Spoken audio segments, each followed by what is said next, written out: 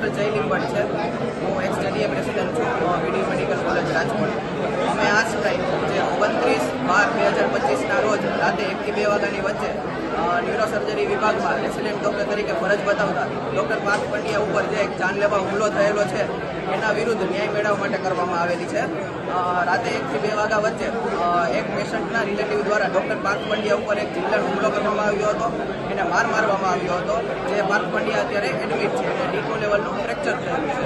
એ ગંભીર અમાનવીય હુમલો કહેવાય. તો અમારી સ્ટ્રાઇક એના માટે છે કે આવા ગેરમાનવીય તત્વોને ગિરફ્તાર કરવામાં આવે, એના વિરુદ્ધ સખ્તમાં સખ્ત કાર્યવાહી કરવામાં આવે. બીજી વસ્તુ કે એની મીડિયા સામે અને અમારી સામે લાઈવમાં અને લેખિતમાં માફી મંગાવવામાં આવે.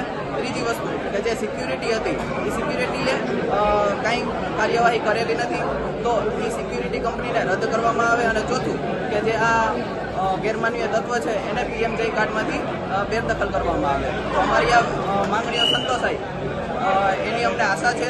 તબીબી અધિક્ષક અને પોલીસ કમિશનર તરફથી અમે FIR પર કરી દીધી છે, પણ એના 24 કલાક સુધીમાં ગિરફ્તાર થયેલો નથી એ માનવી. અને અમારી સ્ટ્રાઇક અનિયમિત સમય સુધી ચાલુ રહેશે. 24 કલાક સુધી અમે રાહ જોશું. બાકી કાલ સવારથી અમે ઇમરજન્સી સેવાઓ પણ બંધ કરી દઈશું. અત્યારે દર્દી અને એના સગા માટે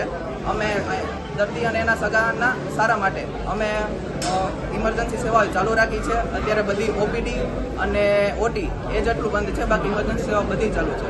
થેન્ક યુ.